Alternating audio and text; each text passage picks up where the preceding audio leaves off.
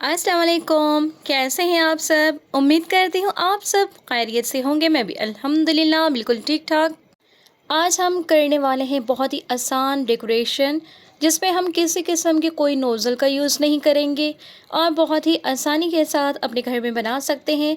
तो मैं हमेशा आपके साथ डिटेल रेसिपी ही शेयर करती हूँ ताकि आप स्टेप बाय स्टेप इसे फ़ॉलो करते हुए अपने घर में आसानी के साथ बना सकें। तो यहाँ पर हमने स्पॉन्ज लिया है जिसे 4 इंच मोल्ड में मैंने बनाया है और इसकी 3 लेयर्स की हैं। 2 अंडों में 50 ग्राम चीनी, 40 ग्राम मैदा और 10 ग्राम कोको पाउडर और 1/4 चम्मच बेकिंग पाउडर का शामिल करके मैंने स्पॉन्ज बना लिया था। इसे हमने विदाउट ओवन बनाया है। 20 से 25 मिनट में ये बेक हो जाता है और इसके साथ मैं इसमें फज फ्रॉस्टिंग का इस्तेमाल कर रही हूँ। 200 ग्राम डार्क चॉकलेट और 100 ml व्हिप क्रीम को मेल्ट करके हमने इसकी फज फ्रॉस्टिंग तैयार कर ली थी। उसे फ्रिज में हम रखते हैं, उसके बाद व्हिप कर लेंगे। व्हिप करने के बाद वो बिल्कुल बेहतरीन सा फज हमारा तैयार हो जाता है। हमेशा मैं चॉकलेट फज केक को सोक करने के लिए चॉकलेट सिरप का ही इस्तेमाल करती हूँ। 1/4 कप चीनी, 1 चम्मच भरकर कोको पाउडर और 1/4 टेबलस्पून कॉफ़ी पाउडर का इसमें शामिल करके इसे अच्छे से हम पका लेते हैं। उसके बाद इसको ठंडा कर लेंगे। इस तरह हमारी चॉकलेट सिरप तैयार हो जाती है और हम केक को उसी चॉकलेट सिरप से ही सोक करते हैं। इससे बहुत ही मज़े का जायका हो जाता है और चॉकलेट का फ्लेवर और ज़्यादा इन्हेंस हो जाता है। तो आप भी कोशिश करें, चॉकलेट केक और चॉकलेट फज केक बनाना हो तो इसी चॉकलेट सिरप का ही इस्तेमाल करें। तो यहाँ पर बातों ही बातों में हमने लेयरिंग कर ली है। अब हम इसकी कर रहे हैं क्रम्ब कोटिंग। तो क्रम्ब कोटिंग का ये होता है, हम स्पैचुला की मदद से थोड़ी थोड़ी सी क्रीम लेकर इसके साइड्स को अच्छे तरीके से कवर कर लेते हैं ताकि इसके क्रम्ब्स कवर हो जाएं। तो आपने बिल्कुल इसी तरीके से ही क्रम्ब कोट करना है। अब हम इसके टॉप पर अच्छी क्वांटिटी में क्रीम रखेंगे और उससे पूरे केक पर स्प्रेड कर देंगे।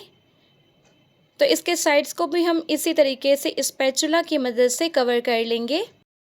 मुझे ज़्यादा चॉकलेट फज के ही ऑर्डर्स आते हैं। यहाँ पर लोग ज़्यादा से ज़्यादा चॉकलेट फज खाना पसंद करते हैं क्योंकि बेकरी में इनको वो टेस्ट नहीं मिलता जो होममेड केक्स में होता है। अगर आप केक हाइटेड बना रहे हैं तो केक डॉवल्स का इस्तेमाल करें, उससे केक साइड से बिल्कुल सेट रहेगा।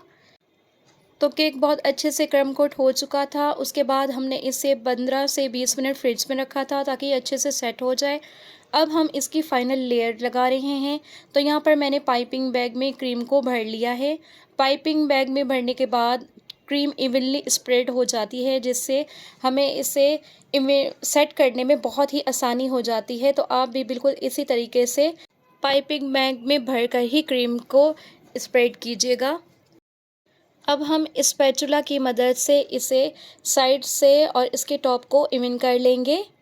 तो यहाँ पर स्पैचुला को आगे पीछे थोड़ा सा घुमाते हुए हम इसकी क्रीम को स्प्रेड कर देंगे।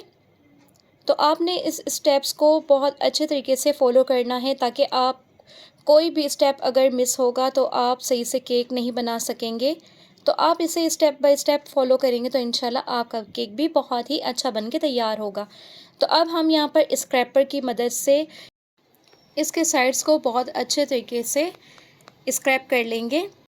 स्क्रैपर करने से इसके साइड से एक्स्ट्रा क्रीम रिमूव हो जाती है और बहुत ही खूबसूरत सी फिनिशिंग आ जाती है। तो आप स्क्रैपर का यूज़ करते हुए इसकी क्रीम को इवन कर लें। अब हम इसके टॉप से एक्स्ट्रा क्रीम को उतार लेंगे। जैसे हम क्रीम को रिमूव करेंगे वैसे ही स्पैचुला को क्लीन करेंगे, रिमूव करेंगे, क्लीन करेंगे। इस तरीके से ही हमारा केक बिल्कुल परफेक्ट लुक में आ जाएगा।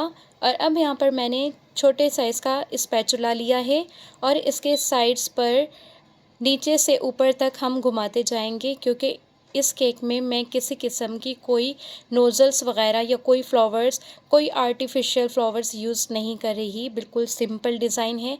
तो इस तरीके से इसका लुक बहुत ही ज़्यादा एलिगेंट और बहुत सिंपल खूबसूरत सा डिज़ाइन बनके तैयार हो जाता है।